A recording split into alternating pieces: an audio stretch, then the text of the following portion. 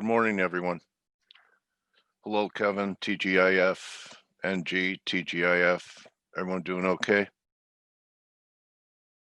Okay, so it's Friday. Let's look at the S&P weekly. We're right near something I talked about earlier in the week. If we close under 3640, you have a 2-week reversal. We've been there. These off numbers, often you'll get reactions off of them. So far, the low has been 3629, so we've been underneath it. So there's the weekly on S&P, NASDAQ, same type of picture. To me, it looks like drive 2, everyone. So, I kind of agree with Steve. It could be a pullback, but maybe we get one more push up for a 3. Everyone see that? And then the metals are very interesting. Talked about it. Been negative, continue to be negative. Here's your gold, pretty negative week. What's even more interesting is you see this formation. It's almost like a little head and shoulders formation or a descending triangle could develop. Yesterday it came right off of 1850. Okay, so 1850 is kind of the bear's line in the sand for now. Similar situation in silver, right? We could still get another pop. In fact, these support levels almost makes it look like a descending triangle too. So you have a shorter term descending triangle, especially if we get one more pop, which can still happen, but you need a new low in the dollar index. Okay, so we still haven't taken out 91.20. And if we get one more shot down to 90, I think that's going to provide another shorting opportunity in both stock indexes and metals, okay, and silver. So when you look at the shorter term picture, it looks like a descending triangle. And then you look at the bigger picture and it looks like a descending triangle. This one's even more classic. Negative week in silver, not as negative as gold, but still negative. Still was rejected from that triangle line. And that's really, the feature of the week has been weakness in stock indexes, weakness in precious metals, and weakness in cable, which to me, took out this little support line at 32. I don't know why we can't trade 130 or even lower. Not much of a bounce off this second attempt to hold it here. So that looks pretty negative to me. Hi, Monica, Hugo, Sinatra.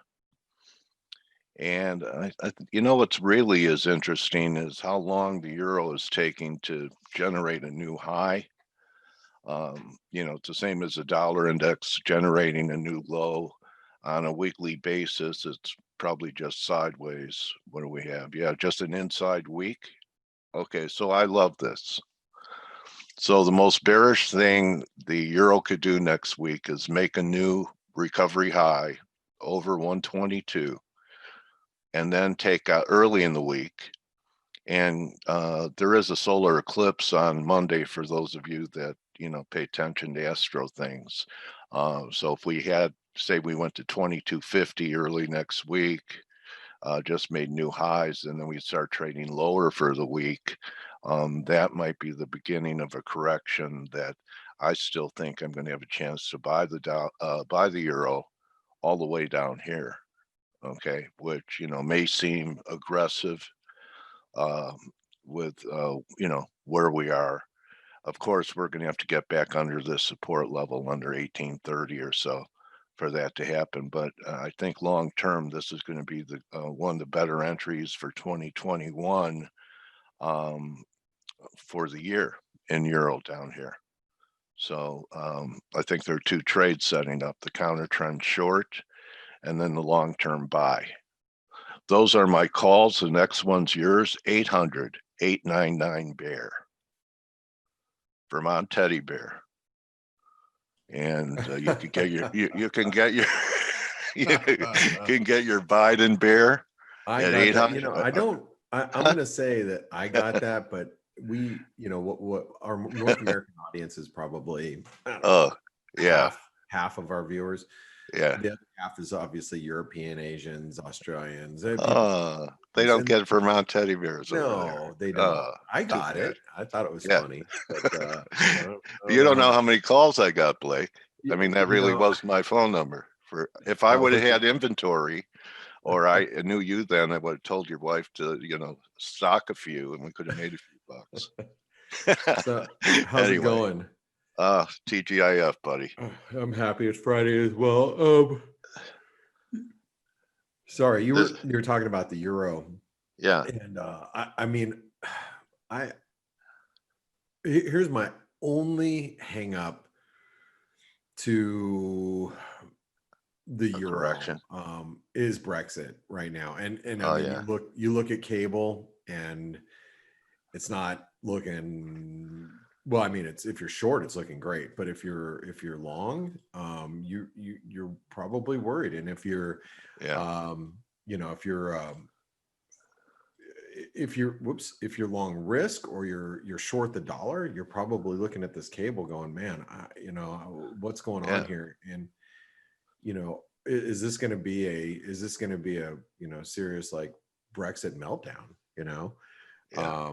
Because that could really kickstart some stuff. I was I made I had a tweet yesterday, and the market's just very short dollars, and everybody's long equities. And you pointed out that there's an inside day on the S&P, or inside week. I'm sorry, inside Uh, week, right? S&P reversal week, inside week in the euro.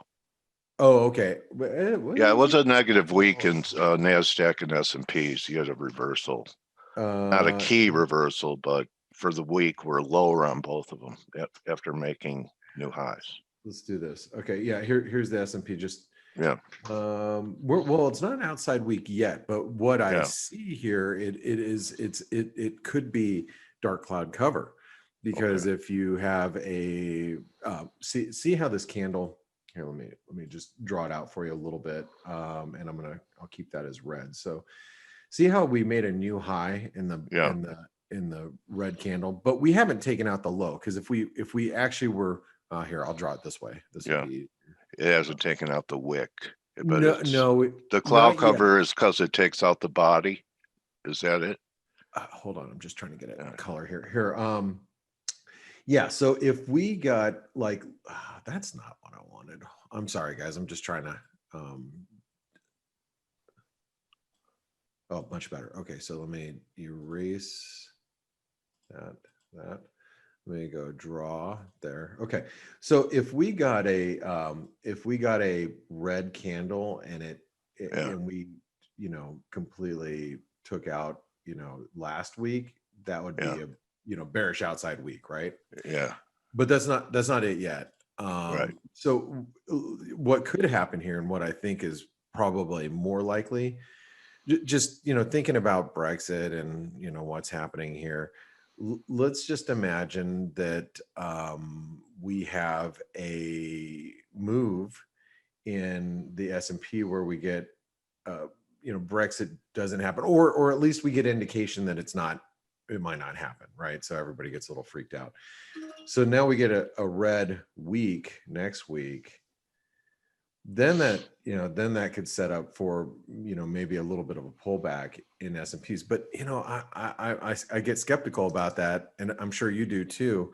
It's the end of year, and you got Santa Claus rally, you got the, like I pointed out in that tweet yesterday, the animal spirits, but Yeah. if a deal does get done, or it looks like that we're going to get done at the the very last hour regarding Brexit, then we could turn higher. We could One look more like we're time. selling off, and then just turn around and hit new highs by January 1st. So I'm a little skeptical about being too aggressively bearish, but here's what I'm hoping happens, Dale, is I'm hoping we see a little bit of a pullback in the Aussie dollar, to pull back towards like 74, the breakout point. Yeah.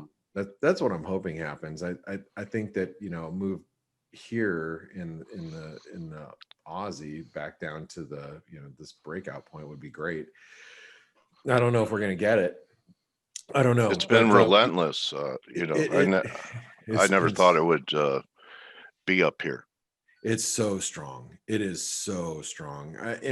But you look at, and here I'm gonna pull up this is iron ore, and I know I referenced this chart a couple of times, but oops, that's not what I wanted. Here's a 6-month chart of iron ore. Crap, damn, I keep thing here. Okay, so there's a 6-month chart of iron ore. So you can see really the breakout started here in November, the end of November, right? And it's been a hell of a move. So, and this is kind of where the Aussie has just been following suit. So I don't think it's, odd that it's happening. I'm just, it's just now. It's a nice correlation, Blake. Yeah, I mean, well, the Aussie and iron ore is like their main, export. So you're going to see a pretty strong correlation there. And I would argue that probably one of the reasons why that the Aussie is hesitating is because they're, the China Australian relationship is a little rough at the moment, and so that might be some of the hesitation that you see in the Aussie. But shoot, man, there's a hell of a tailwind behind it. It's having a really difficult time, pulling back. You know what I mean? So yeah. Well, it's certainly not correlating with gold. And if you had to pick another metal, it'd probably be copper, and it's underperforming copper. But yeah, I never looked at iron ore as a possible correlation because I never trade iron ore or anything. I don't even know. Is that just an LME contract? Yeah, I've never traded it either. I'm not 100% sure, Dale. Yeah, okay. And interestingly enough, I've never inquired about it. I've always done I'll just trade the Aussie, or that's how I've approached it. And so I don't know.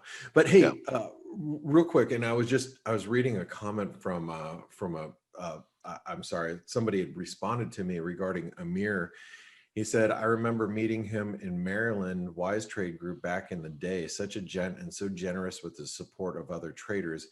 And what an incredible mind for Forex. I was not alone in being in awe of his ability. And this was regarding Amir. And that would have been 15 years ago.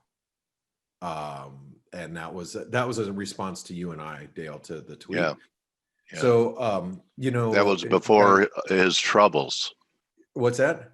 That was before his troubles, right? Yeah, and so 15 years ago. We're gonna save that story for Amir to tell in his own words. But I will, because I kind of did him a disservice, I think, by letting a little too much out of the bag the other day.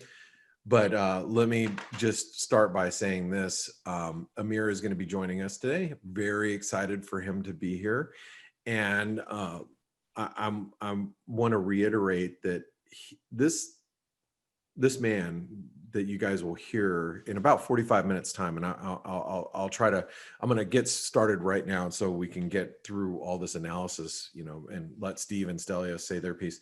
I just want to say that you guys are in for a real treat. He's an amazing human being, an amazing presence in our chat room, and it's been so nice to see him recover and come back over the last couple of years. So you understand what I mean by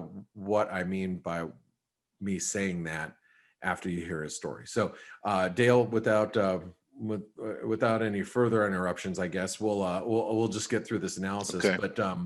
But let me know if there's anything that you see here that I'm pointing out that that I might have missed as we go along. So the euro dollar. So this is my chart of the day yesterday, and what I was hoping for a breakout higher, and Dale said I'm hoping for a move to 122 marginal new high, then a low.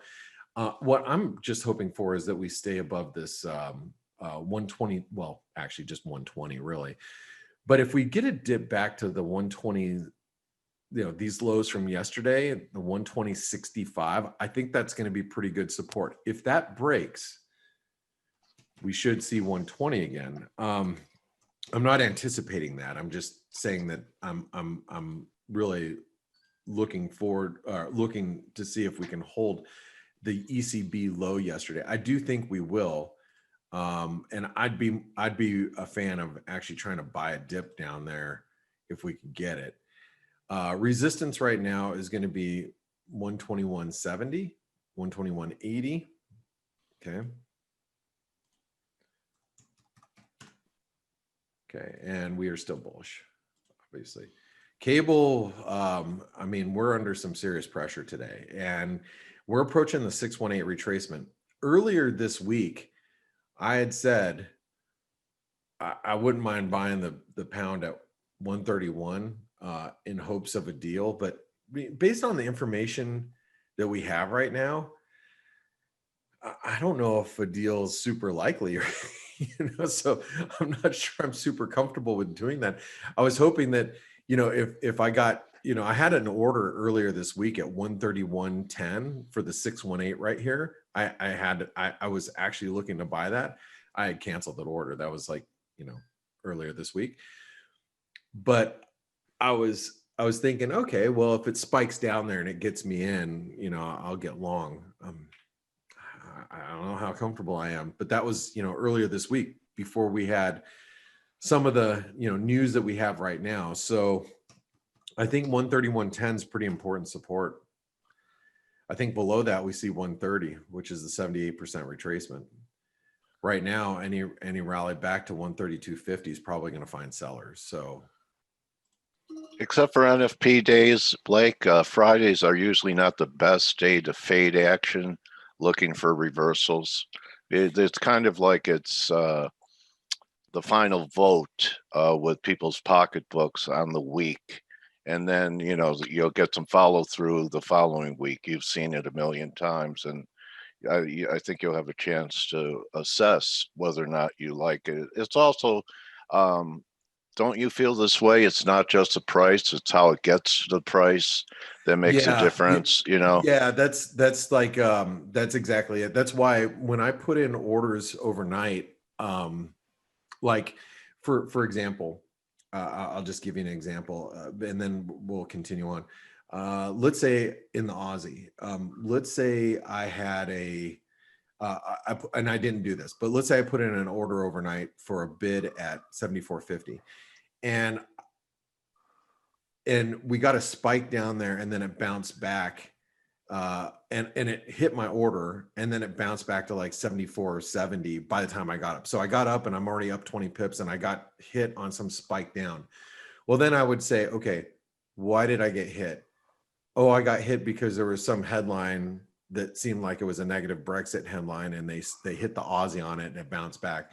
But after reading the headline, it's like, yeah, that might be some just some Noise.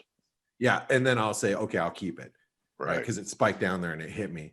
But if it spiked down there and and it's down there, I get up in the morning and I'm like, oh, what happened? Oh, XYZ defaulted on some debt. I'd be like, okay, I don't want to be in it. So I have to understand why it got there, how it got there. You know what I mean? Yeah, I do. Interesting that you evaluated based upon the fundamental or the news that took it there. I try to, yeah, try to, okay, because I think that that's going to be important. So here, Dale, this is your possible throw over here. Now I'm going to go ahead and, I'm going to move this down just a bit, So I think that, pretty important support is going to be at 75 cents. And if we get below 75 cents, that's going to open up some downside. But, today, 75 cents is support, and it is damn bullish.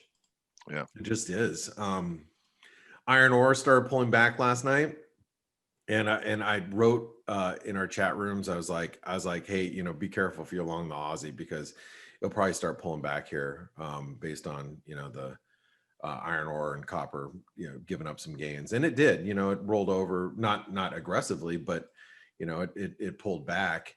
But we might be setting up a little head and shoulder pattern here. In the Aussie, it'd be small. Anyway, I think resistance is at 75.75, and I don't think there's any reason to be bearish right now.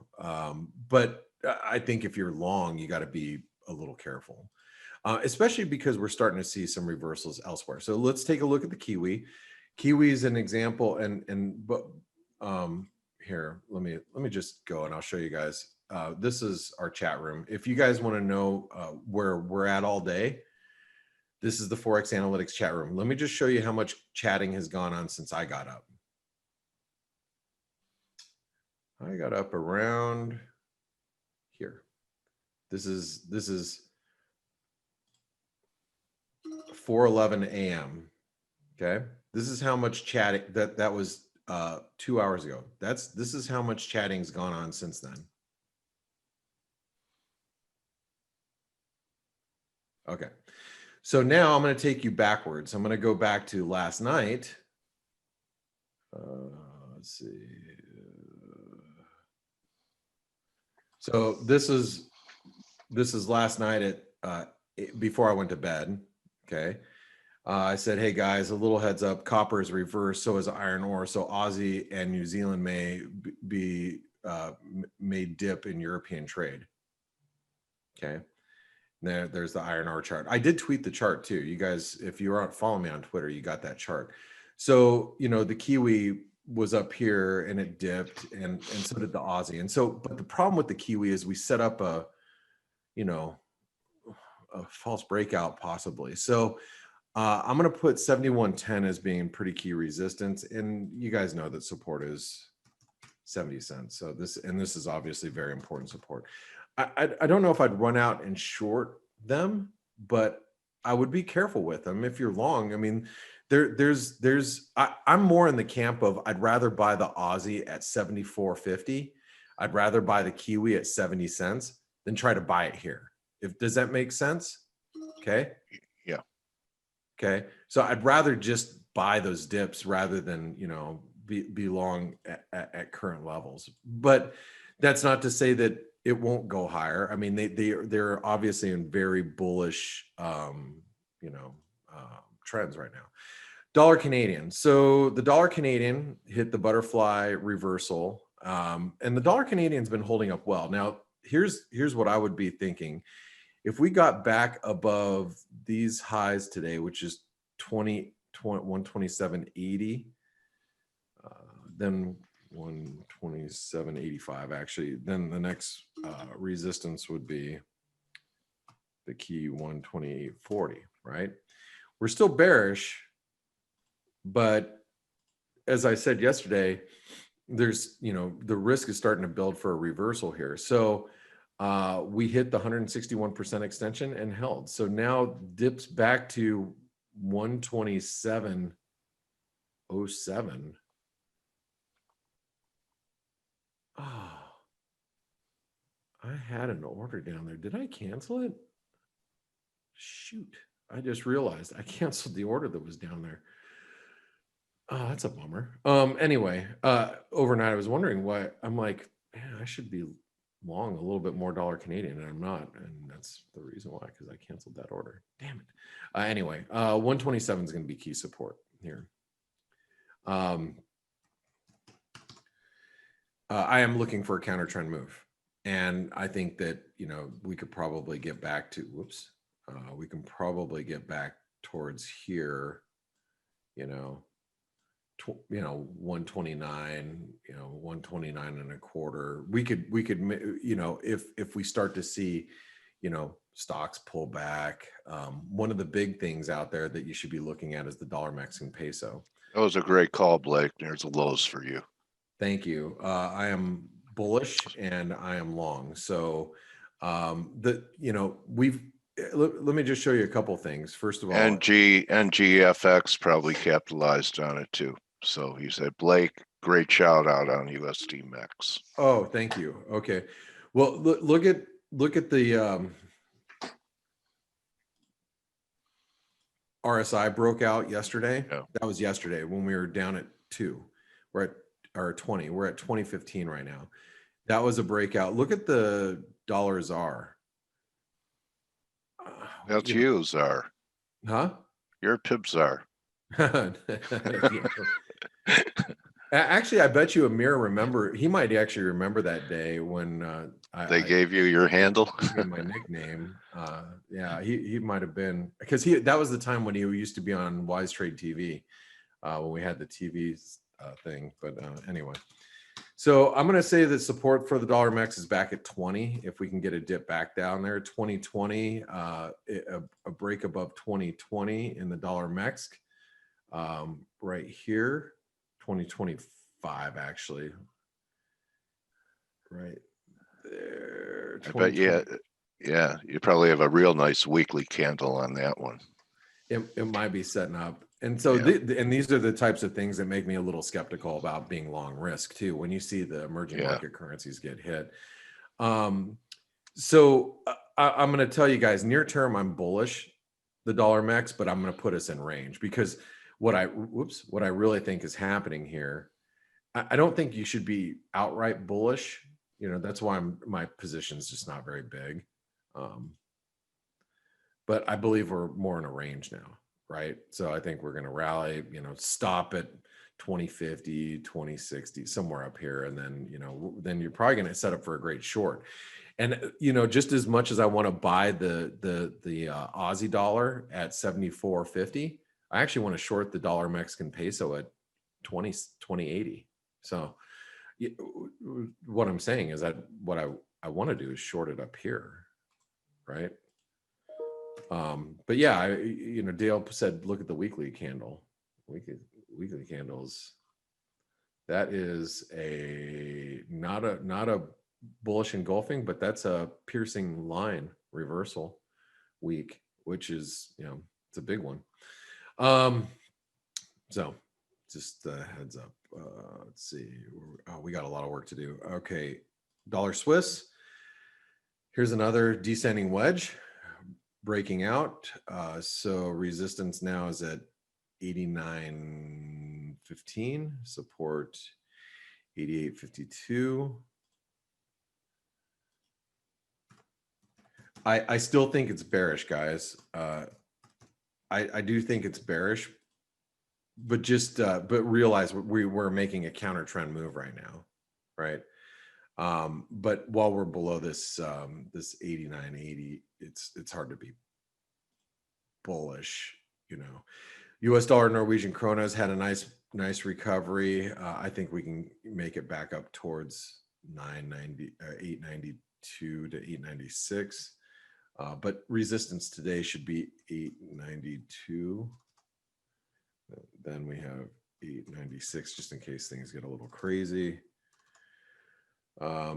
We have to still be bearish this too. Just remember, when you see all this bullish and bearish denominations today, right now you're seeing counter trend moves, but nothing's changed the bullish trend of the Aussie. Nothing's changed the bullish trend of the Kiwi, if that makes sense. You just because something is designated as bullish doesn't mean that it's going to go up every second of every day. You know, I would be surprised if the Kiwi doesn't pull back to like 70.50 today. Maybe gets all the way down to 70 cents if things get a little crazy. But I think these are just really key supports that solidify the uptrends in the move and in the Kiwi. And same with like the Aussie, right? Okay. Blake, we have 30 seconds to PPI. Oh, PPI, thank you very much, yes, Stelios. I forgot. You know, I don't even want to look at the dollar yen's so not moving. So I don't even want to look at it. Here, let's pull up this is our data flash. This is included with ForexAnalytix. And here's Bloomberg, so you can see how quick it is to Bloomberg, which is a $2,800 product. Here's, oh shoot, where am I? PPI right there.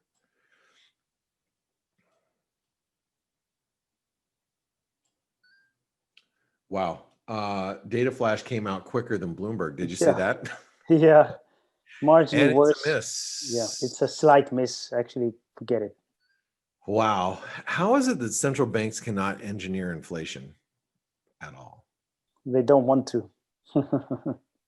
Or inflation on their, by their measurements.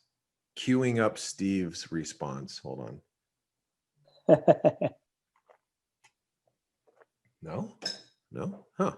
Okay. Anyway. All right, Stelios, we'll get more of your response here in a second. So let me finish this up.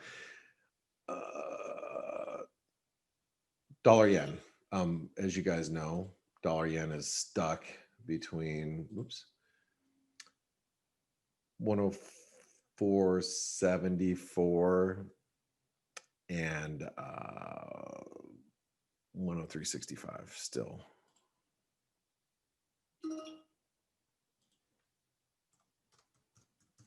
By the way, if you're new to this webinar, you guys know that this is something we do every single morning. So it's something I've done for many, many years with our viewers. And then I stopped for a couple years because I was letting Paul Franco take over. And Paul does it during his European crossover, which is exclusive to ForexAnalytix subscribers. But he does his own version of the bias chart. And I suggest you guys all do the bias chart yourself, because it's a good exercise on finding all the key support and resistance levels. So here's the dollar index, and the dollar index was breaking down. And now the problem that I see here with the dollar index is that the flag didn't play out. So now we have more of a consolidation, which should still play lower. But, the risk is if we start breaking higher here, then, we're going to test this previous support, which is 91.80. You guys know, ultimately that's big resistance. As long as we're below 91.80, I don't think there's any reason to be structurally bearish or bullish. Shoot, I thought I wrote that out. I did. Okay. I don't think there's any reason to be structurally bullish the dollar while we're below 91.80. So that is resistance, and we should stay, bearish the dollar while below it. That doesn't mean we can't get a recovery to it. I'm just saying that it's bearish while we're down there. Support for the dollar is at 90.60 right now.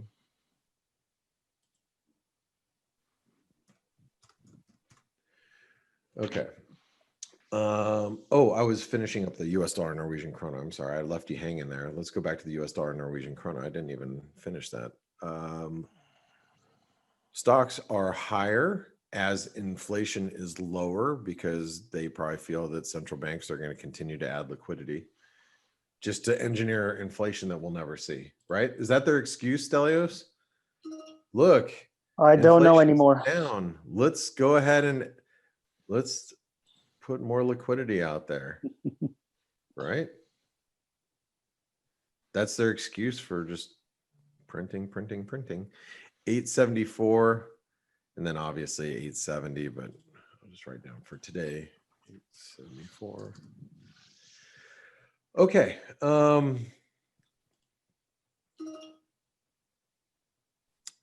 S&P. So this is the trend line that we talked about the last few days. We hit that trend line to a T. If 2 hours ago, SPX testing support, US dollar advances, that was exactly 2 hours ago. We hit that support at. Nice. Yeah, I mean, it's been a 15-point S&P bounce. I don't know if it's going to hold today, but that's support. We've been talking about it. So 36, I guess 36.25 today. And that'll be important because that trend line needs to hold. Resistance now will be probably back up here at 36.80.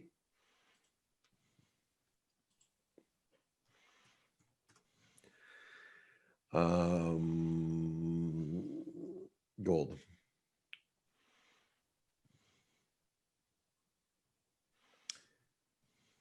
Gold is a little weaker, or what? Oh, I guess it's reversed. I didn't even look at it till just now. So, since after the PPI numbers, it was a little weaker, but wow, look at that. That looks like what does that look like to you, Dale?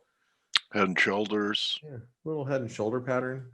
I don't, you know, it's like in the middle of the, it's in the middle of the, what I think Yeah. is like kind of a sideways trend right now, but still, you know, could be, you know, intraday type of deal, which, you know, you extrapolate that out a little bit, you know, we might move sideways for the next couple of days. But what that does tell us is that this is support here. This is the neckline. So that's, oops. It's 1820, all right? 1820, 1850 will be resistance, and you guys can have fun with that. Nice look. All right. So there's your bias chart. It's finished. Stelios is here. I don't know if Steve's here, but I know Stelios is here. So Stelios, you said something about, you know, they just don't, inflation's down and no one cares. So what do you mean? Well, first of all, I mean that economic data really doesn't matter anymore, at least for the short term. And you said, what do the central banks have to do to get inflation higher? And the answer is they probably don't want to, because we said this yesterday. They have so many liabilities linked to inflation that and also with inflation low, it means they can borrow. The government can borrow cheaply. You know, I wrote today in the chat room, if you want to see the most bizarre headline you'll ever see in terms of economics, it's 10-year Spanish bonds yielding negative and 10-year Greece at 0.5%. I mean, that's ridiculous. A great deal. It's ridiculous. I can buy broke countries' debt and then pay money to buy their debt. Yeah, what a privilege. Great, isn't it? Yeah. It's a privilege. Amazing. Amazing. Steve likes that trade. That's got Steve going. And you know what? Forget about Spain. Out here. So why you guys explain to me that phenomenon, please. This, in my opinion, who actually buys 10-year bonds at negative rates, especially Spain? I think people or institutions who have to buy them.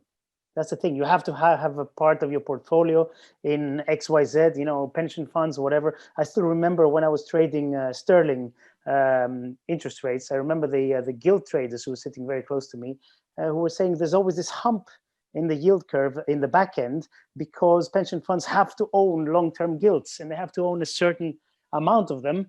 And you've got this weird hump in the curve and nothing you can do about it. So I think negative yields you buy only if you have to, in my opinion. I mean, I don't know. Obviously, you buy if you think they're going higher in terms of price. So more negative, yes. In the short term, you buy because you take a view like that. But fundamentally, why would you do that? I don't see any reason. First of all, we've talked about that before. This is the definition of a bubble or a pyramid scheme or whatever you want to call it, because oppositely from stocks that theoretically speaking have an unlimited upside potential, of course, only theoretically, right? You know, that's not the case with bonds. When you buy a bond that's negative yielding, there is one thing that's 100% sure, is that during the life of this bond, the net amount of money that will be made or lost from the holders is going to be negative. So bottom line, net money are going to be lost there. So why are people buying this? Either because they have to, as Stelio said, or which happens in most cases, or because you think there's going to be a bigger sucker to buy it off your hands at a higher price. Yeah. Because if you're buying to hold it to maturity, which used to be quite frequent when yields were normal, you're going to lose money. There is no way around it. So, but what people don't realize is that we have, for years now, we have a bond bubble and a stock market bubble because one requires the other. Since bonds and the return are comparable to stocks and the return, because in essence they're alternative investments, you cannot sustain a stock market bubble if you don't have a bond market bubble. If bonds are not extremely expensive, you have no way of getting extremely expensive stocks. So at some point, when it happens, and we know from history that there is not if, there is when, those two bubbles are going to burst at the same time because they're intertwined. Interesting. Absolutely, absolutely. Well, I say we burst the bubble today. I want to get things going. Well, different from 1987, Steve, and we didn't have central banks, central planning like we do now. It took quite some time for the dollar declining and yields to rise to get the 1987 crash. There was disintermediation for quite some time. I agree with you. It wouldn't take a lot of time in a rising yield environment to dent valuations. We saw that in 2018, right? Yields were Yes. the primary cause why stocks started falling. And I think what's different now from now to 1987, all that, is that things tend to happen a lot faster nowadays in both directions. It's become, you get things that you would see once every 10 years, you get them now every year. So it's a little bit faster. It's a little bit more scary now. It's because we're flying at a much higher altitude, Stelio. If you're flying at 60,000 feet above the ground, the dynamics are extremely fragile. I mean, in order for you to stall at 60,000 feet, you need a very, very small mistake or a very small decrease in speed.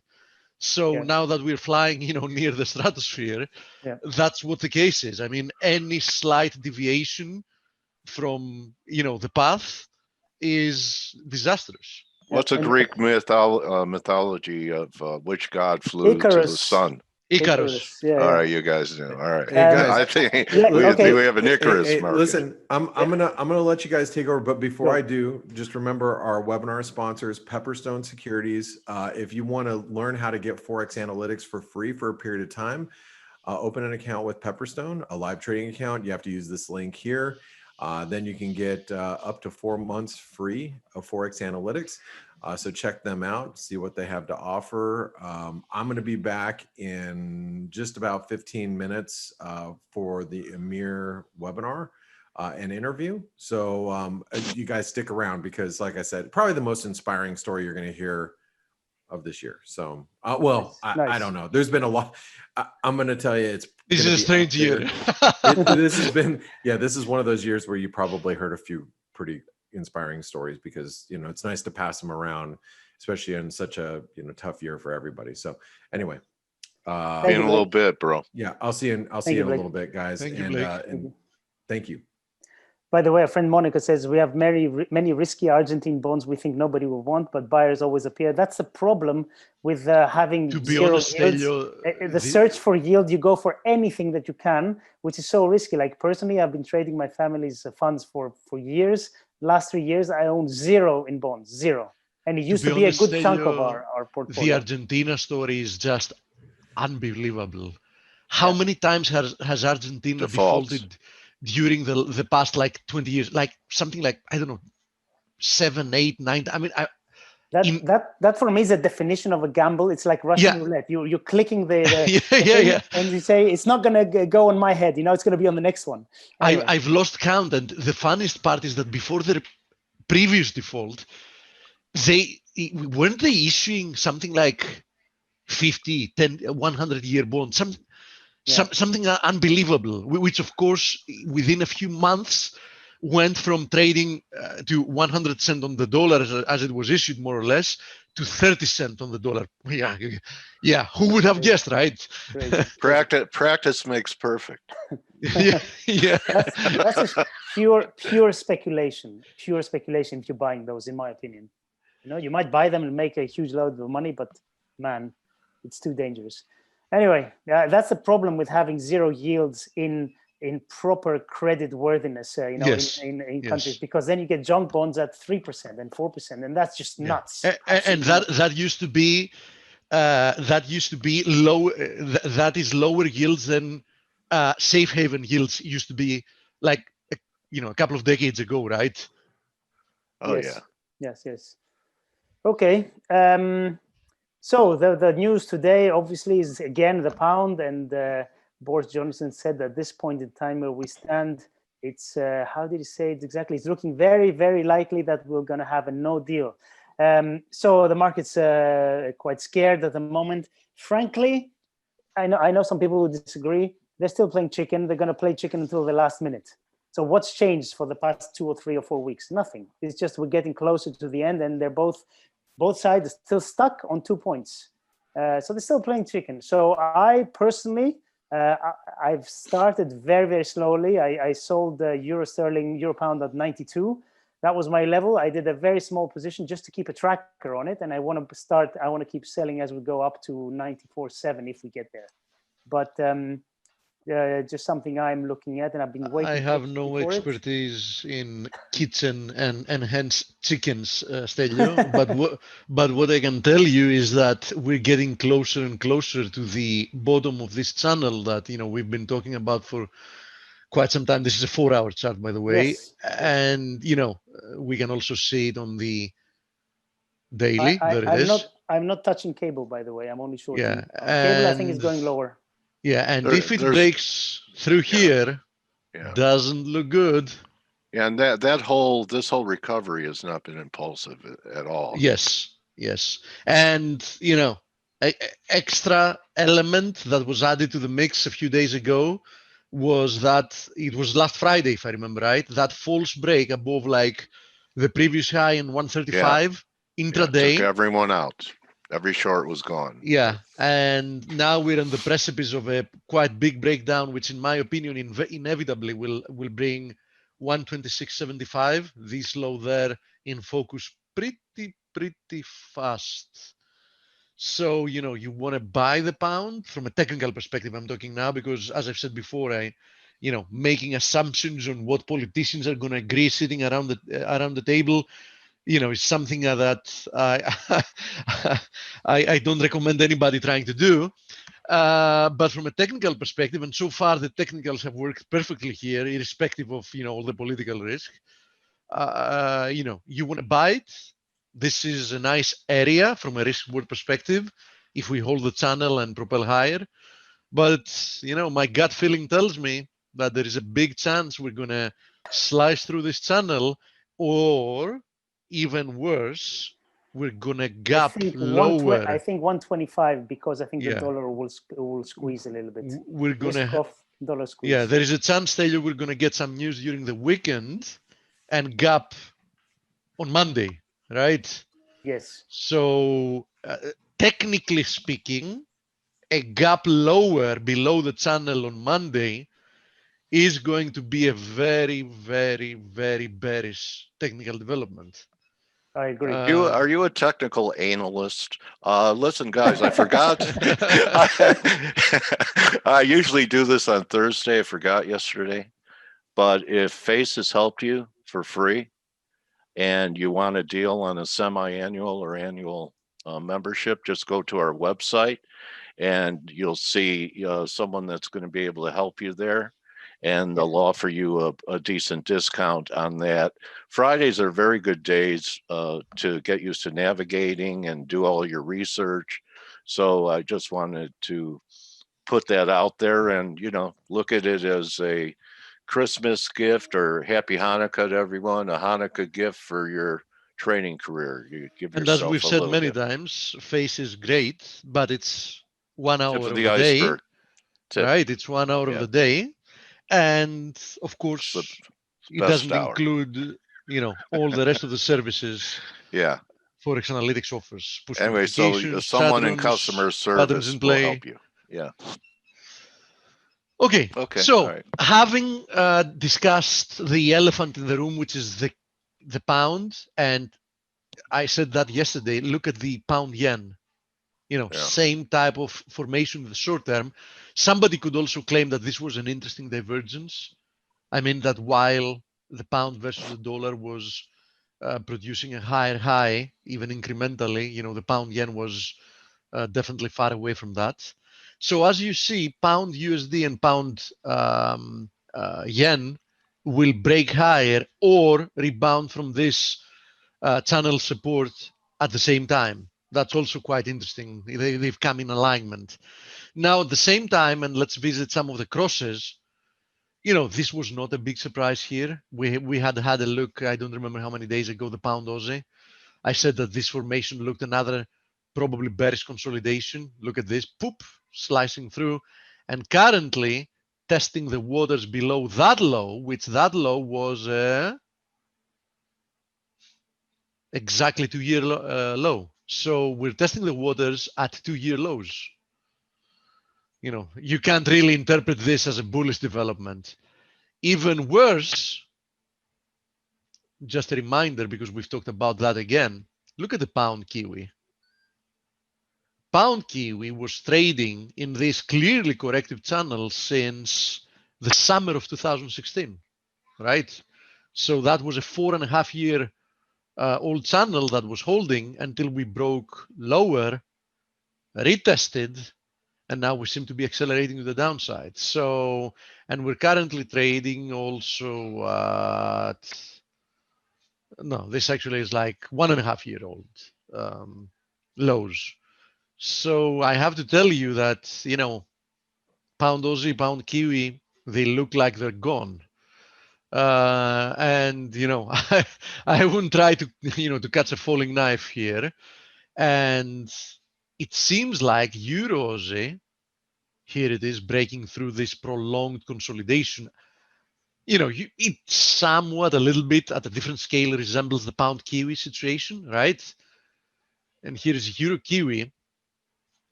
It's funny because Euro Kiwi looks a little bit more than like the pound Aussie, and Euro Aussie a little bit like the pound Kiwi. But in any case, you get the point. Let me also extend this trend line, by the way. There you go. So you have also this very interesting long-term trend line there.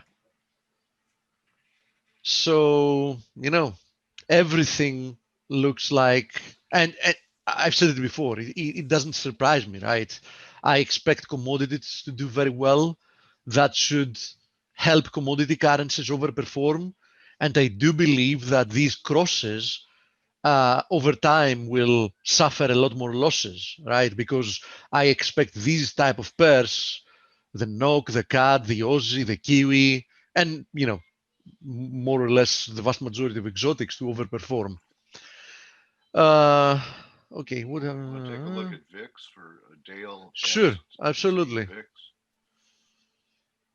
Here's VIX. Nice rebound. Nice rebound. Testing first area of resistance here at roughly 25. We crossed through 25. We opened the door for a move towards 30 quite immediately. So yeah, clearly, finally the divergences in the VIX are playing out. Let's see if we can get a breakthrough 25 that should actually help extend and accelerate. Needless to say, we've been seeing this pullback, which so far is rather orderly, right? In the indices, here is the S&P, here's the Nasdaq, here's the IWM holding better than anything else, as it has been overperforming for quite some time now, right? We've talked about that. Here is the DAX. I mentioned the DAX just before I actually stopped. Yeah, just before I stopped talking yesterday, and I actually think I mentioned it on the 4-hour chart, and I said that be careful here because it's trying to break through. This is the chart I showed that it's trying to break through this ascending wedge, and that would be a nice bearish development that would open the door for at least a retracement towards like the bottom of this wedge. So yeah, it looks like we are in a little bit of a risk-off mode now.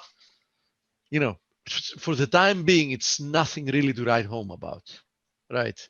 Doesn't mean that it can't escalate and it can last for a few days, even a couple of weeks.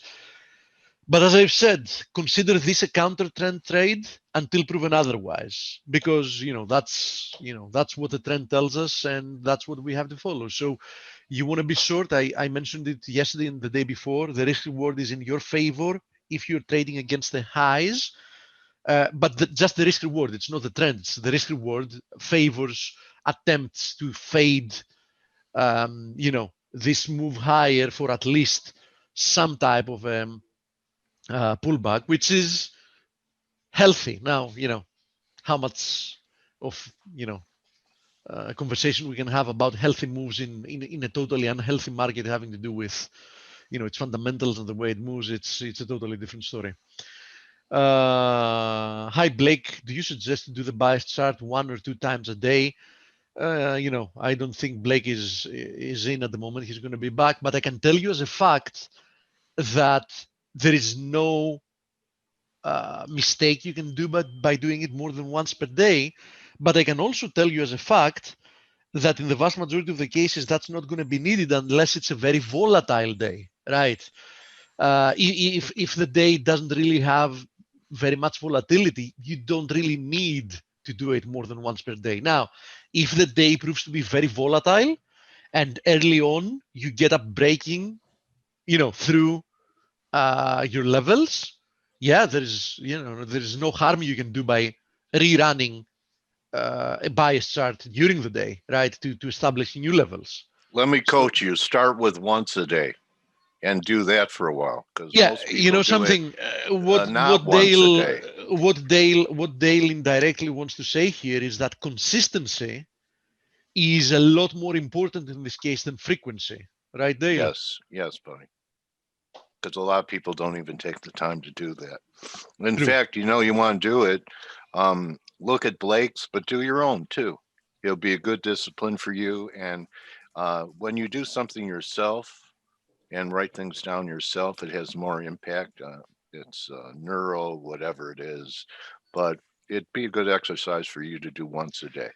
Many of these procedures that curiously you very frequently see extremely successful traders do them, and you wonder, like, you know, why does he have to, you know, grab a piece of paper or, you know, a computer Excel file and just write things down? I mean, you know, out of um, um, experience, can't he just spot these areas or levels or zones immediately just by looking at the chart? The answer is yes, he can.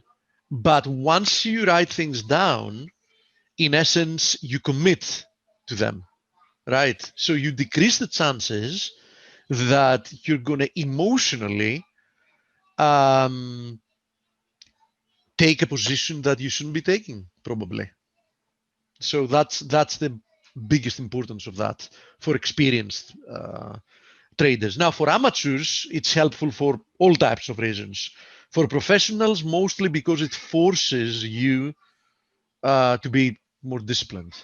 And yes, journaling, as our friend NGFX says here, does indeed help for these exact reasons.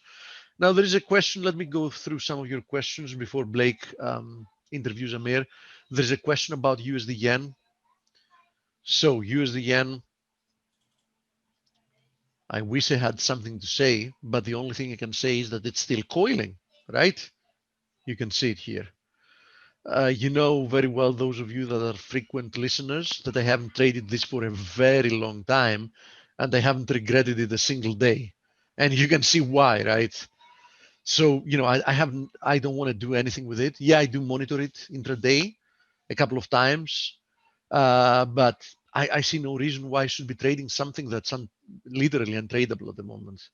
So my advice for you is trade something else. if you can help it, just trade something else, right? Now a quick look at some of the commodities, metals, etc. Hey, Steve, we got about a minute before we bring on Amir, so I just wanted to give you a heads up. Absolutely, mate. So gold, nothing really new today, right? So everything we said yesterday still applies. Silver, as you say, second in decision day so far. You know, yesterday and today so far in decision days. Platinum, same deal. Palladium still consolidating. Copper, working on a negative day today, but yesterday's day was very positive, so I would be very, very careful here. Let's see how we close the day and the week to begin with before we can start calling reversals again.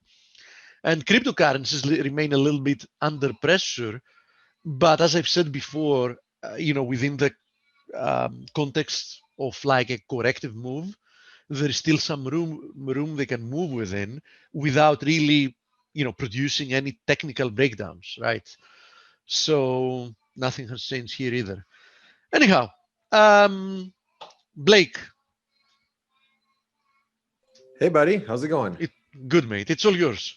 Okay, hold on really quick. Okay,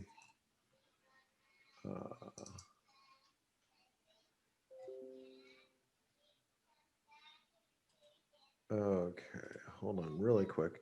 How are you doing? And happy Friday. Happy Friday. Getting ready to, at some point today, start putting on a Christmas tree. Oh, hey, congratulations. That's good. I actually put mine up like 2 weeks ago because I said, you know what? It's 2020. I was going to put it up. I was literally going to put it up before then. But my wife's like, no, just, I'm like, but we have a little nephew that he was so excited to see all the lights. Yeah, as you understand, we also have somebody here being very excited and waiting for it. Right. Of course. So I want to say, thank you all for being here. We're going to bring on a guest, and I'm not going to take too much away from his story because I'd like, in his own words, to tell you a story. And let me first of all see if he is. If I'm going to unmute Amir, and let me get to. Where is the, oh, here it is. I'm sorry, I'm like looking at for everything. Where's the participants? Hello. Amir. Yes. Hey, buddy. I was gonna unmute you. How's it going, man? Hey, I did it myself. Oh, good, man. good. You know what? You sound awesome. You sound awesome. Oh, you should wait till I start singing. Yeah. Well, hey, okay, before we get started, and we have Dale here, and I'm sure Steve and Stelios are here too. You guys can hear Amir's voice, especially those of you guys that are in the chat room. And I'm going to be reading comments too as they come in. But let me say this, Amir, you're a real special person to me. Obviously we've known each other for years. How many years ago do you think it was when we first met? Do you know? Do you remember? Yeah, 2005 or 6. 2005 or 2006. So we are talking 15 years. Yeah. And I met Amir in person in Baltimore a couple of times. I remember you traveled to New York. You came to Dallas with was it Dallas? Yeah. With April. You brought April along. I got to meet your wife. We have a lot of history. And the one thing that I'll tell you about Amir, and then I'm going to let him kind of tell you what had happened, is Amir had been in our chat room. We at my old company that I worked for, the Wise Trade Group, we built a chat room probably about, I don't know, 15 years ago. No, probably around 11 or 12 years ago. And but Amir, prior to that, we used to have a TV station. He'd been on Wise Trade TV, been broadcasted. I remember seeing you in your room, Amir, with your workout elliptical machine behind you. Yes. Yeah, I remember vividly that image. And you'd be sitting there telling us like what currencies you're thinking about trading. Anyway, once we had a chat room, Amir had always been in our chat room and been probably one of the most helpful people you'd ever meet. And he never asked for anything. He'd just be like, people would be like, Amir, why are you buying the euro right now? He's like, well, I thought it was, great support here and look, pretty bullish and, and then I'm only going to risk down to here. And it's like, man, this guy, it was just a friend to everyone in the chat room and always willing to help and never asked for anything.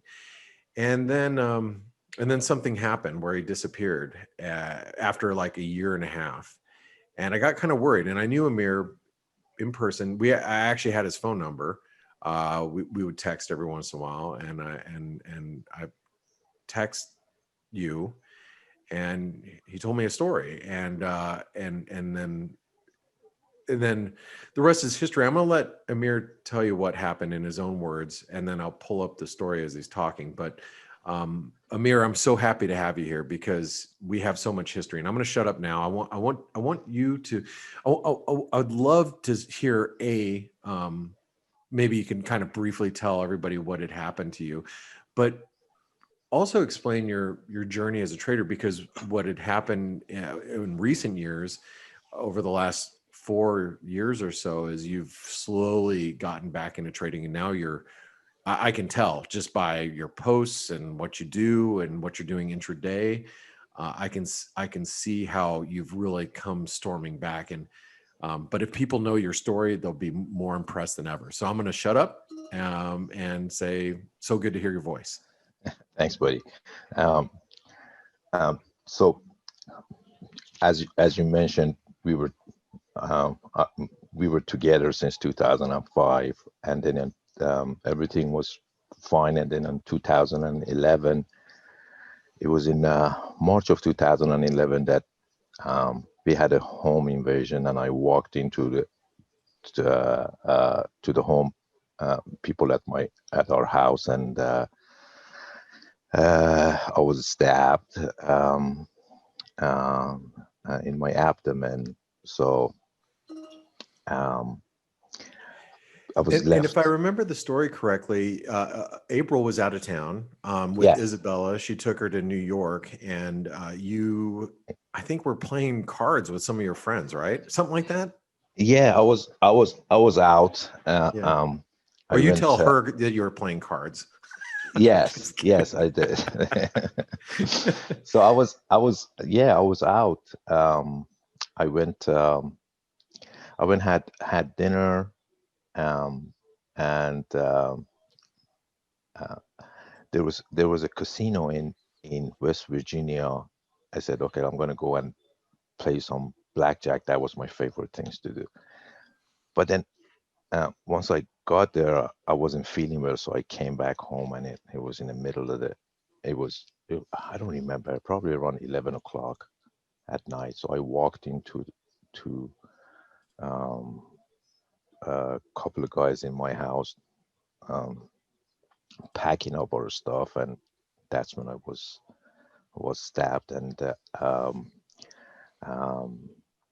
I was left to die there till morning, and I was able to call 911, and I was picked up by a helicopter. And then April was out of town with Isabella. They rushed back there, and it went for a while. I had some complication a few months later, and it was on October of 2011. Because of the complication that I had with my stab wound, I was going to have another surgery done in Baltimore. So a night before my surgery, I went to, I don't remember what I was dropping, and some blood sample. And then once it was done, I called April that I said, okay, I've dropped it off. I'm coming home. And she was making me tuna noodle casserole, if I remember correctly. I said, "This food is ready. Come on." So, and walking to the underground parking lot at the University of Maryland Hospital, and I was held by gunpoint again, and I was robbed, and then the person shot me in the back 3 times. Now, can I stop you really quick, Amir? Let's just I'm trying to, I want you guys to really think about this. Amir, he lived in a nice neighborhood in Baltimore, nice, suburban neighborhood. He walked into a home invasion when in his own home. He was stabbed multiple times, left for dead. Then the 6 months later, or he had some complications, so he went back to the hospital. And this is a completely separate incident where he's in the garage, and you were shot multiple times in the back. Yeah, exactly. the home invasion was a couple of good old boys was robbing my house, and then in Baltimore, uh, uh, it was probably a person who was addicted and was looking for drugs, like pills and narcotic. I Yeah. thought I had some, and they were two separate, not related at all. But anyway, uh, I went. We went through a lot, and um, I lost. I lost. I lost the feeling on my um, right leg and my back, part of my back.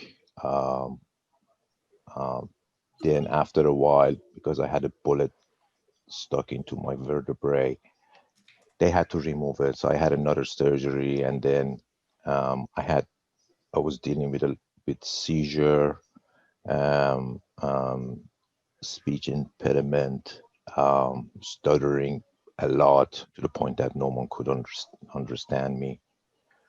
But I mean, Amir, do it you was mind a if I show a picture of what you look like in the well, I don't have one now, but of you when you were first in the wheelchair. But can I show you one of kind of midway through, I guess? yeah, Okay. of course. This is Amir. How long? This is you and Isabella, his daughter. And Yes, how long was that? That must have been maybe 2013, 2014 in your wheelchair. I think so. I think so. You know, uh, my, I lost a lot of memory, good and bad, Yeah. those days. But damn, I was fat there. Look at me. I think I was, yeah, I was Well, like just 200 so and, everybody knows, this is still in his wheelchair. You can see yeah, the wheelchair.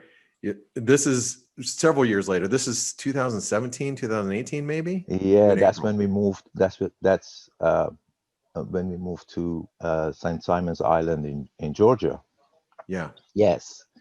And yeah, that's my beautiful wife. Yeah, I was 275 pounds. Uh, uh, and we went through a lot. I mean, with the help of my wife, without Yeah. her, nothing would have been possible. With the help of you guys, I remember you're part of my family, and I was struggling at points, and you guys were kind enough to put an account together, help us and Isabella for Christmas. I mean, uh, uh, it was a huge family effort that we did. So if you honestly, if you're part of our group, you know how close we are together, and how you know how much we care about each other, from um, business trading um, aspect and and life. We do really care about each other. But You anyway, know, I think one of the things yeah, that I'm so just so you guys know, Amir, after this all happened, and we as in our group, we kept up with Amir's story.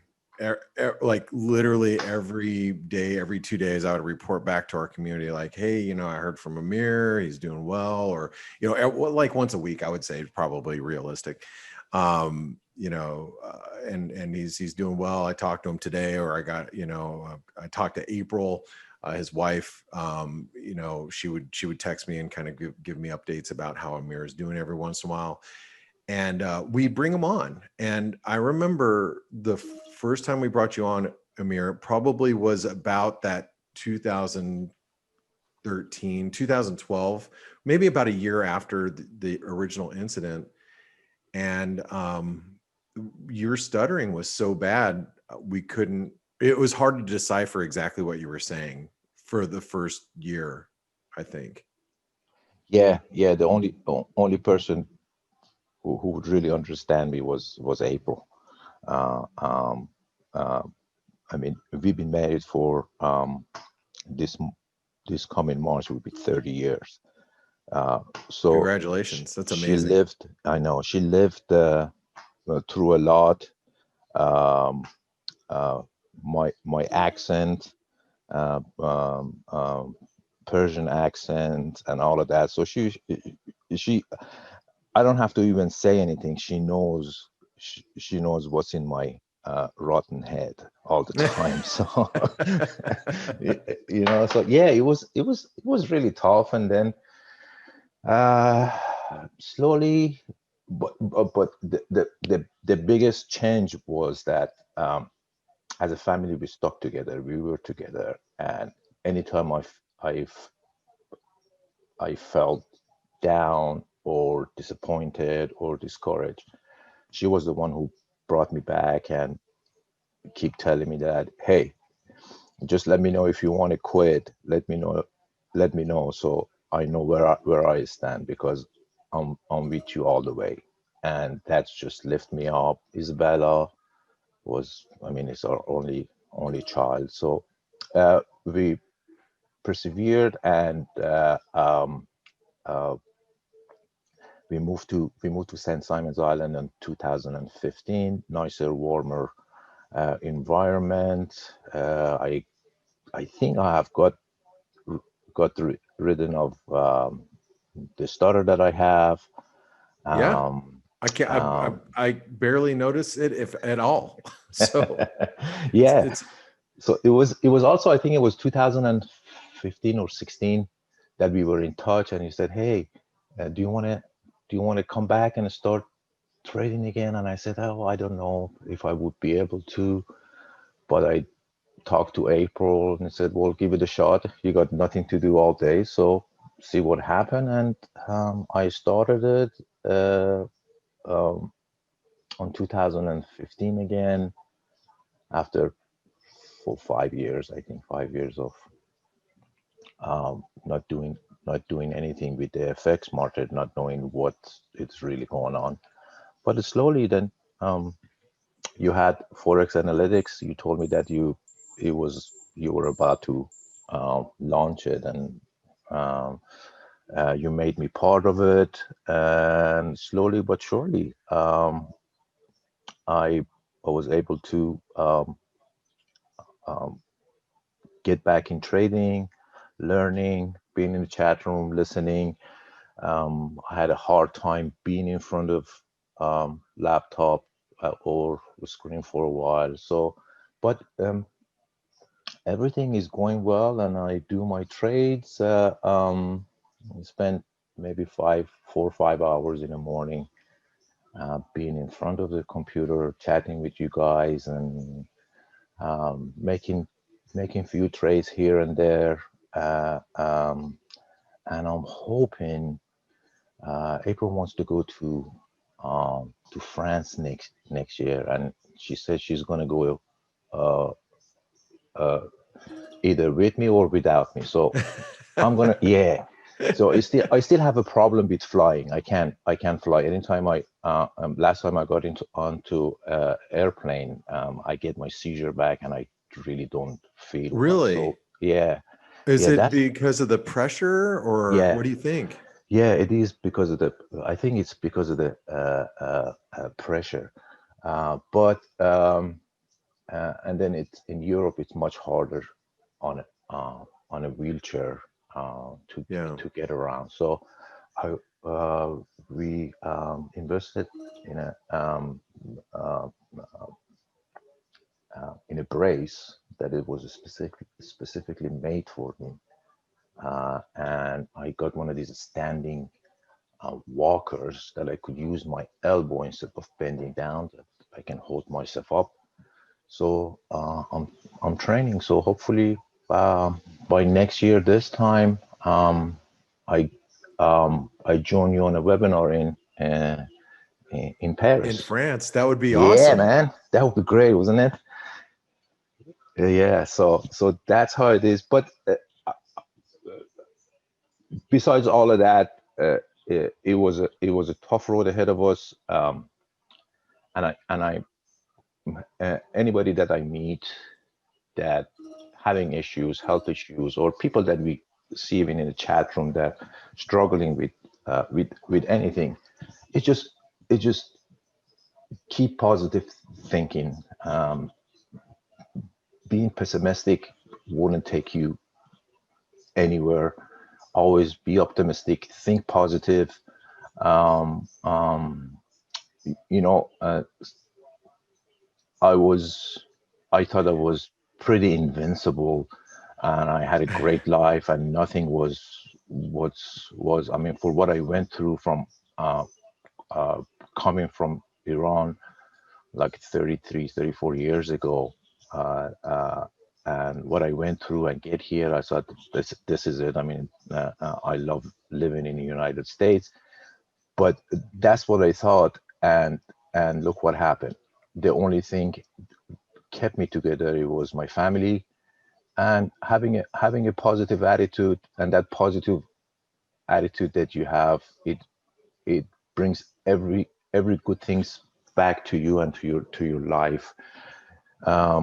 Even in your trades, whatever you do, in your trading life. And anytime I feel really good about myself, there is twice a year on March and on October.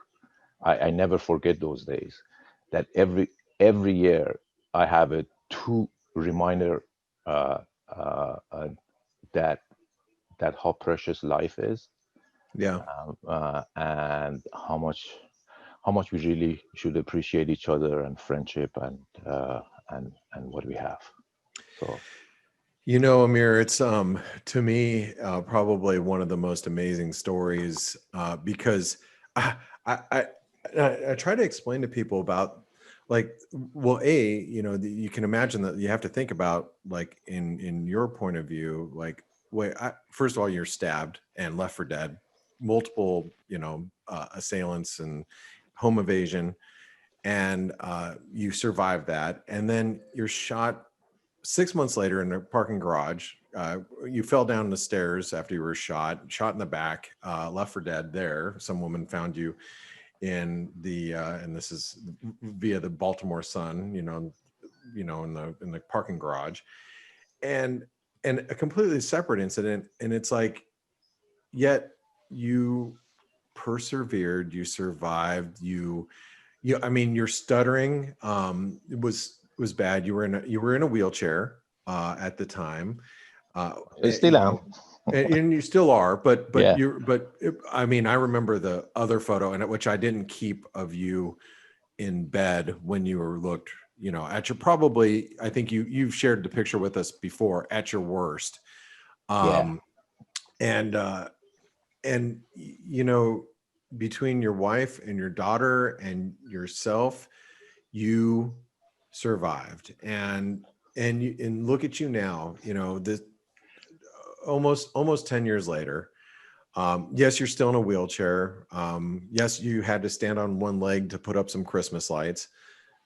Yeah, you probably can only trade a few hours a day, but you were on the verge of death multiple times, and here you are. And it's such an amazing story, and it's such an amazing story to see you come back. And this is because I've known Amir before the story, and I've known Amir up until present day, and I'm fortunate enough to know him and his family. So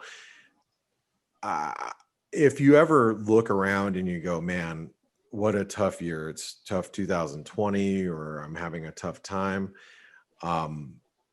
I think you have to look at, like, what Amir has gone through, him and his family's gone through, and just think, geez, boy, if he can do it, I can do it too. And it's just an amazing comeback, Amir. And it's so great to see you in the chat room. And Amir is I'm gonna classify you as a trader, and then you can tell the viewers kind of how you see yourself as a trader. As Amir looks for overbought, oversold stuff, but he's very methodical about it. He's one of those, like, the Euro's trading, I'm just going to use this as an example. The Euro's trading at 121.70 or 60. He'll be like, okay, I'm going to sell some Euro here. And then, we'll see him the next day. He's like, all right, I'm covering the euro and it's 50 pips lower, you know, and that's the kind of, let me put it this way. When Amir is out there in the markets and he goes, you know, I'm doing this, I'm doing that, I stop and I go, I wonder what he's doing, what he's thinking here. You know, why is he fading the move? Is it over? You know, so Amir, how would you classify yourself as a trader?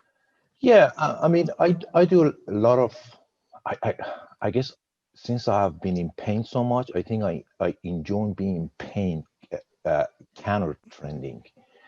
You know, most of my trades are counter trends. I rely a lot on support and resistance, and I also the style I trade is I stack my trade. I just don't go in with one large position. So if you have noticed that if there is a certain level, for instance, if I see euro is going to hit 120, 150, I stack my my orders. I start from 45.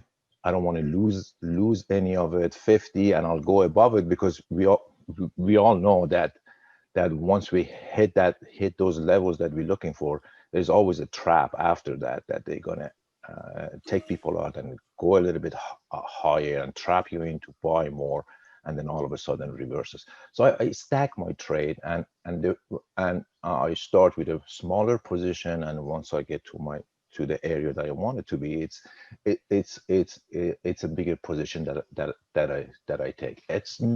I mean, it's not always successful. Like everybody else, I have my gain and I have my my losses, but I stick to my plan, and whatever my plan is, I try to execute it, and I know when it's time for me to get out or stick around. I still do a lot of I still do a lot of scalping. I scalp the market a lot, but I mean, I don't post it. It's just like 5-10 pips here and there, but it is. And then, you know, the market right now, it's so difficult with this roller coaster that we're going through. I tend, if you have noticed in the past month, I tend not to be in front of the monitors a lot. I set my orders, or if I'm in, I just walk away, because once you get your emotion involved, that's when you make a wrong decision, and a costly decision. So can I interject a question, Blake? Absolutely. Amir? Nice to meet you, Amir. Hi, Coach. Hey, how are you, buddy? So listen, I'm good. You with everything you went through, and you know, you talk about staying positive, and I'm sure you had your times where you were probably pretty depressed about your new normal. Can you give me and everyone listening an example of your self-talk that keeps you positive, and the things that you tell yourself? And could it be that it's as simple as just being grateful for what you still have, instead of, because, you know, I've been through a thing too, and I don't have the same body, and but being grateful for what you have instead of focusing on what you don't anymore. Yeah, I mean, one thing that I failed to mention, I suffered from a severe PTSD. I mean, I was an emotional wreck, and I put a lot of hours in therapy. But from the day that I really knew myself, I always had that positive attitude. I never look at anything in a negative way.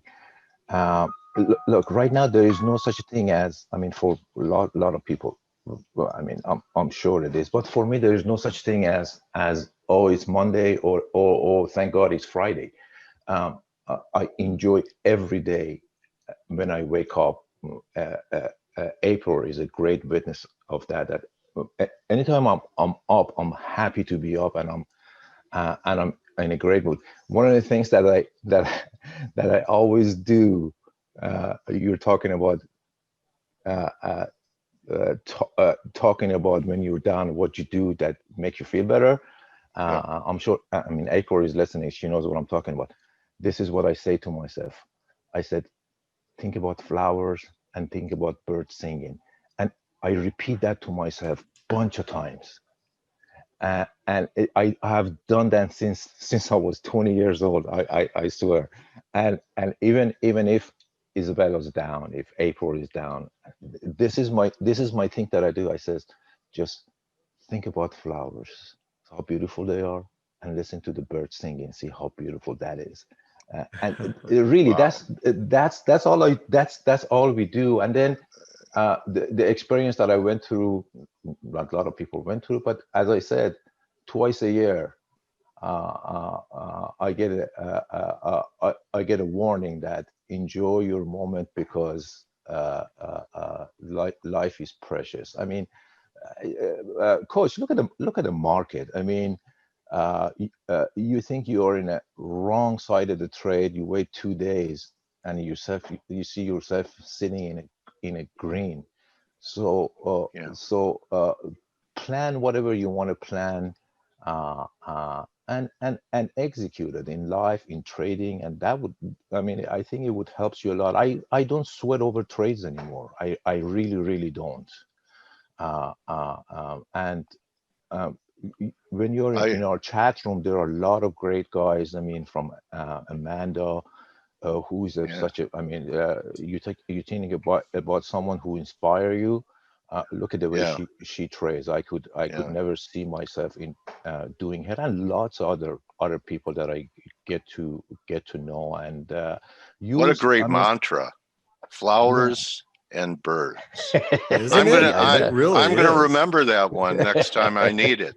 It really is. That's beautiful, man. Instead of screaming Serenity Now, you go. Who did that? Serenity Now. That was George's father on Seinfeld. Serenity Now. Okay. Thank you, Amir. You know, Dale and Amir, I know both of you gentlemen actually have been through. You've been to hell and back, and Dale, whether I tell you or not, it's one of the things I really admire about you is your positive attitude. Now get back to work. No, I'm just kidding. I'm joking. No, but and same with Amir. I mean, and he said something that really hit home with me. He goes, "Thank God it's Friday. It doesn't exist in my world." And that, you know, as most of us, we go, "Oh wow, thank God it's at the end of the week." But really, it's like it is truly you're blessed to wake up every day and I that's my big takeaway today. Great tonic for the community, Blake. Thank you, Amir. Amir, I'm going to read you just a couple of comments from folks. You know, Rick, who's Dean in Oklahoma, who's been with our community for probably 8-10 years, maybe. He goes, great to hear you again, Amir. Not been in chat lately, but super to hear how well you're doing, Rick. And that's Dean in Oklahoma, which he comes in and out. He's always working. So like everyone, he'll pop in like once a month and, you know, chit chat, and you may see him. Forex Gal asks, how did you get started in the FX? Oh, it was all you. It was, I'm telling you, it was, it was, I remember it was a late night. I was watching TV and the infomercial came and you're in it talking about Forex. And next thing I know, I booked the next, and it was in Baltimore, actually. I used to live about 50 miles away from Baltimore. I mean, it was in the quietest little, in a valley, in a quiet place, maybe a population of 11,000. That's and then I went to Baltimore and I joined. You know, that's how I started it. And and it's been history ever since. But I wanted to ask, and I want to make sure I've got this correct. You had was it a used car business Yeah, I beforehand? had I had a Yeah, you car had two. dealership, Yeah, and we hit that 2008 disaster, yeah. and our business was almost destroyed. So, but this was a great thing to have to fall back on, trading Yeah. in FX market. Yeah, that's all started, and then once you started, you could never put it down. It's Well, know. Monica says, beautiful, wise words. Thank you. Igmar says, what a moving story. Jerry says, amazing story. Thanks for sharing, Amir. Richard says, Amir's experience and that of many others prove easily availability of guns, and tolerating people carrying knives in these times is no good. In the UK, police search people for knives, and people carry guns except police is unthinkable. Better off in France or in Europe. So,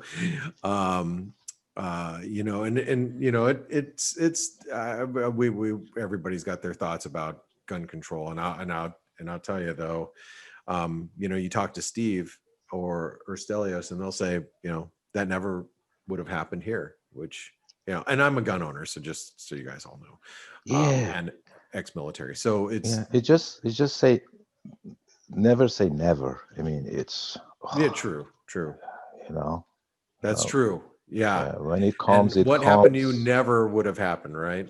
Yeah, twice. I mean, can you believe that? I mean, No, yeah. You think I was a no, drug lord or something, it's or crazy. I was a spy. It's yeah. It was crazy. But let me tell you something. I mean, what you guys has put together, what you had when I started uh, trading in forex market, without you guys in regard to trading and life and a family, I wouldn't be here right now, because it give you a sense of comfort that you're not alone. Everybody's make pips, everybody lose pips, but we use each other's idea, even if you don't have to follow everyone's trade. But it's like an alarm in your head that it makes you think twice of the trade that you're planning to take, to wait on it or execute it or not execute it. But it's just it's if you haven't experienced uh, such a such a jewel in your life, just come and join. I'm not getting paid from you, but it's just the greatest experience that you could have trading effects. It's where we are is not always all about trading. I goof around a lot, probably get on people's nerves here and there, but hey, it is what it is. We all Amir, could use laughters. you don't, and I just want to say, there's so many comments about how you just inspire. And George says, God bless you and your family. Great attitude and demonstration of triumph of the human spirit. Yeah. Richard says, Amir is an extremely lucky. He is in another American homicide statistic. That is true. NG said you do scale in, and so yes, he does scale in when he gets into trades. That's correct. Piero says, Amir, you inspire. And Raj, and who's in our chat room, says, you are a true phoenix. And yes, you are. Wow. Rick says, by the way, that's the same way I got involved. Wise Trade commercial in 2003 or 2002. Hugo says, Amir, to use coach's words, you are our trading warrior brother. Wow, what a story. Thanks for sharing. Joe says, telling people you are a spy is awesome. That's Joe in our chat. Joe Perry, just so you guys know. Jack, also in our chat room, says, Amir, you're a true inspiration, dude, and bloody well done. Really admire you for everything. Almost feels like I know you. And Jack's in our chat room. He's been chatting this morning, and he used to be in South Africa. Now he's in Netherlands. He says, best Best there, mate. Keep on enjoying life the way you do. I think you've reminded us all today of some things we need to remind ourselves of from time to time. And Richard says, thank you for bringing him on and all the best to him. And Stelios, you can read here. It says, you're such a great guy and inspiration. I think when my book is out, I'll need to give Coach an interview too. My story is obviously not like yours, but I went through some crazy stuff as well. And then you can see there are other comments. Steph says, thanks for answering my barrage of questions. Just, this is our chat, the ForexAnalytix chat that I was just showing you guys, but really it's, we do have quite a big family there. And that's the one thing, Amir, that you said, that is pretty important, I think, for people to hear. There are people that come and go all the time. Like Jack, who was in our chat room today, he hasn't been in for probably 2 months. I had, there was another lady, I can't think of her name right off the top of my head. She wrote in, she's like, listen guys, my kids are at home. It's really messing up my trading. I'm going to try to, get back in around, the beginning of the year. You guys have been great. And, we wrote her, well, a bunch of us wrote her back, and I remember writing her saying, hey, good luck. I get it.